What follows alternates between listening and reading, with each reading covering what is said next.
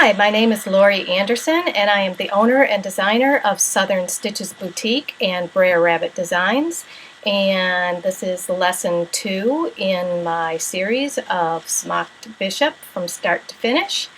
And if you have not seen lesson 1, then I encourage you to go back and watch those videos. There's 3 of them, part 1, part 2, and part 3.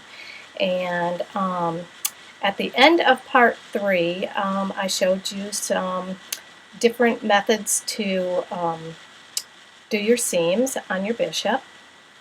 And I have gone and I have stitched out my seams, and I did a serged seam, a very tiny little serged seam that you can see here. And I tend to use this one, like I said before, because it seems to go through the pleater nice and flat, and I like to have the least amount of bump on that seam line within those pleats as I pleat it up. And one thing that I was very careful about when I stitched my side seams is to make sure that these seams, before you get to the armhole curve, is stitched as straight as possible. And so I have stitched up my white bishop, and I'm going to show you what I did. Make sure that you follow your markings, that your back of your sleeve goes to the back of your dress. And so here's the back. There's a sleeve. Here's the front. Here's a sleeve. And there's the back. Now I have done the same thing on my gingham, my micro check. I have stitched each piece together. Once again, I used a serged, very tiny serged seam, and was very careful in keeping, especially with a gingham, you want to make sure that this is as straight as possible on these seam lines. So here's my pieces, and it's all just one big string of your fabrics together. And the next thing that we're going to do, and this is how I always do my bishops, I always smock the sleeves on my bishop dresses. I just like a smocked sleeve better than elastic or a beaded casing or whatever. And what I do is I run my sleeves through first, and then I leave the threads really long and pull this all out flat, and then I roll this back onto the dowel and I run it through my pleater. So that's the next demonstration that I'm going to show you, is pleating up the sleeves.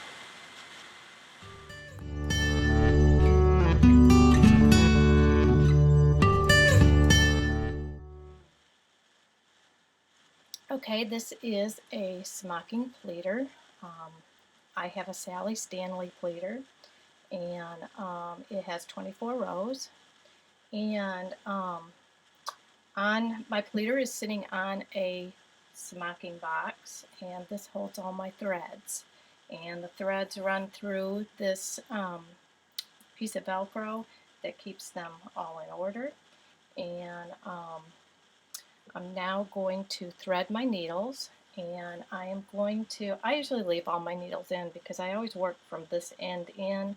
I'm not running anything through the rest of these needles, so there's really no need for me to pull them out. As far as thread, I use quilting thread, and I have black and yellow are my main colors, and then I have white. Usually I use the white for my holding rows, and the black I usually use on light colored fabric, and the yellow I use on dark colored fabrics. And sometimes I mix them. Some people have been a little afraid to use black thread. Some people have had the experience of the black thread bleeding into their fabric. I've never had that problem. I don't know if it's the type of thread other people may have used that has caused that, but I haven't had any trouble with that. So I'm going to, on my pattern piece, you can see that the markings are for 3 rows for the sleeves. So I'm going to go ahead and I'm going to thread 3 of my needles on my pleater. And I'm going to go ahead and do these in the black thread so that you can see. And you always thread your needle from the top side down.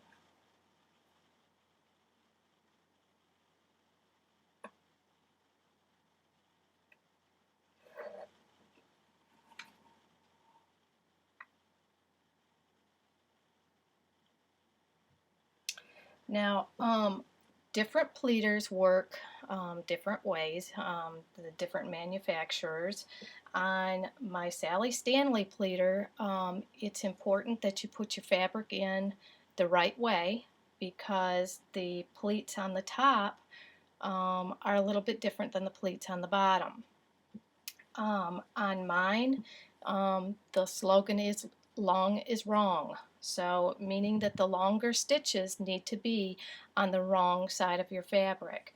And for you to figure that out, you'll just have to run a piece of scrap fabric through your pleater with the threads and then pull it out, flatten out your fabric, and look and see which side has the longer stitches, and that will be long as wrong.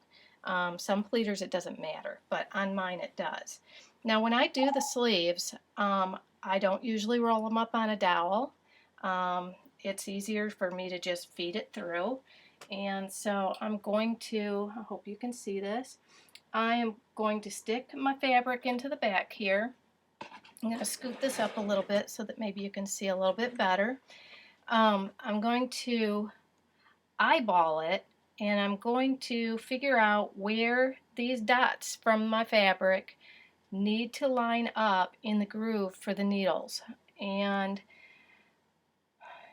get that situated. And then what I do is my torn edge here of the bottom of my sleeve, I always like it to fall in line with a groove, and that's where I keep my eye, is on this edge, this cut edge, as I crank my fabric through the pleater, and that keeps me, it keeps the fabric going through straight. So I'm going to get this in here and just get it to grab a little bit, make sure that it looks, you know, it's where I want it to be. And then I'm just, there's a knob over here, and I'm just going to slowly crank this sleeve through my pleater. And as you can see, the fabric is coming out this end, and that's where the threads get threaded onto your fabric. And I just, you know, take it slow and easy and just keep pulling your fabric out so that nothing gets kinked underneath.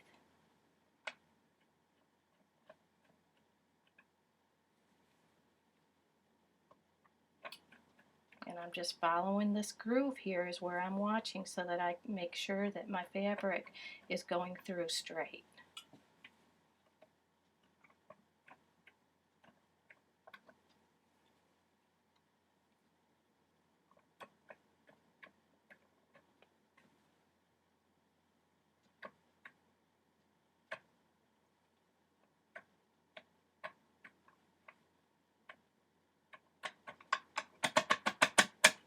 Once it's through, then you can just pull your fabric off from your needles, and I keep pulling